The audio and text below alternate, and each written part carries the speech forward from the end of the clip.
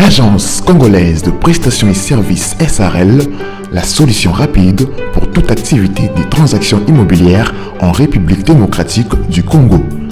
Vente, achat, gestion, estimation, mise en location des biens meubles et immeubles, contactez-nous au +243 85 27 79 630.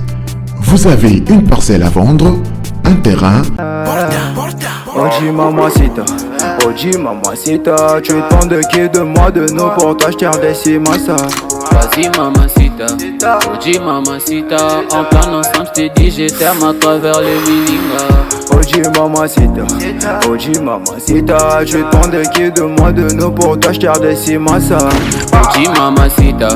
Oji mamacita, en plan ensemble je t'ai dit je t'aime à travers les milingas. Quand je pense à toi je suis pas allé, je suis BG encore.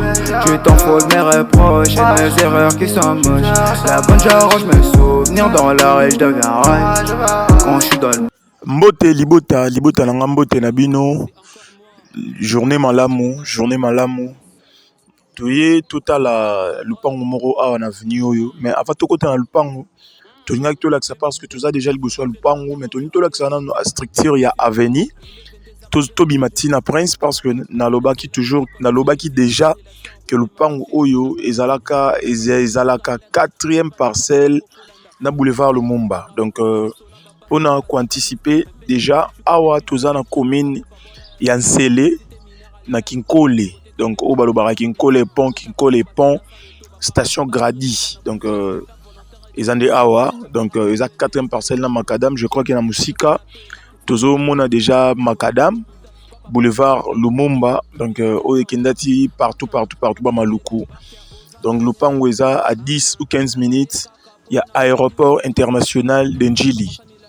Ouais, donc Atobimi Macadam pour tout soit idée vraiment il y a quartier Nengezali et puis courant donc on a signalé déjà dans le pan oyo to na courant 5/5 Maïpe Ezali. Donc au sombi yeba ki ozana mai oza na courant. Donc atona boulevard diga to lobaki to tambolara mokie poto to pesa idée pona ba oyo ba charama tembe oh non bola kisa ikaka mama lupango non ya on to laksa avenue et puis to zonga sko na lupango wana ko zonga na biso et ozala to zonga direct et to zonga to laksa te. Mais je crois que to uteki liboso lupango to bimi, je crois que bomoni et to zonga sko na avenue liboso lupango bongo to solola.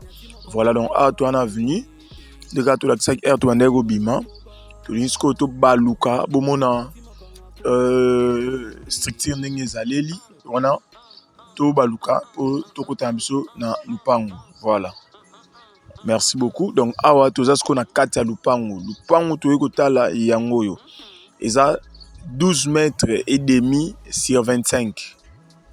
Nalobi bien lupango eza 12 mètres et demi sur 25 na 4 portes ya ba locataire oyo biso tozomona ya liboso yango yo ezotonga makutu sika bomoni ba triplex yango ba pona osala ba plafond. Donc eyandaku ba ozotonga sika lupango yango yo ezalaki 3 ndaku bazo bakisa moko et ça 4. Donc lupango eza en pleine misala. Donc première porte bomoni ya sika ba osala eza chambre salon cuisine toilette na kati yango yo eza sika. Donc bomoni ezali chambre salon cuisine toilette ya mibale yango yo yango ezala déjà eza 2 chambres salon cuisine simple wana yango yo. Et puis troisième porte to repoussana yango to repoussana eza pe chambre salon ya suka oyo eza 2 chambres salon na toilette na kati. Et puis toilette ya libanda pona bandako eza ba toilette te yango awa na gauche. Donc lupango oyo eza na Kinkole na Nsele Kinkole likolo ya pont référence station Grady. Lupango oyo bachango $42,000 à discuter. Quatrième parcelle na Macadam, $42,000 à discuter. Donc mkolo nango azana posa ya mbongo. Merci beaucoup. Wana tozobima na ebike avenue déjà total yango to lembi mais ko bima na biso tozolinga vraiment que non to bima ti balabala Comme ça, bino moko bozwa idée, les sous-sous, il y a distance en ondenge et zaleli. Merci beaucoup. Bonne chance à tout le monde. Bye bye. L'Agence congolaise de prestations et services SARL, la solution rapide pour toute activité des transactions immobilières en République démocratique du Congo. Vente, achat, gestion, estimation, mise en location des biens meubles et immeubles. Contactez-nous au +243 85 27 79 630. Vous avez une parcelle à vendre, un terrain, une villa, une concession, un bureau et un appartement à vendre ou à louer. Contactez-nous au +243 85 27 79 630. La CPS SARL est la première société et grand réseau spécialisé dans la vente et l'achat des biens immobiliers. Elle s'occupe de la promotion de vos biens et se plie en 4 afin que vous fassiez des opérations de vos rêves.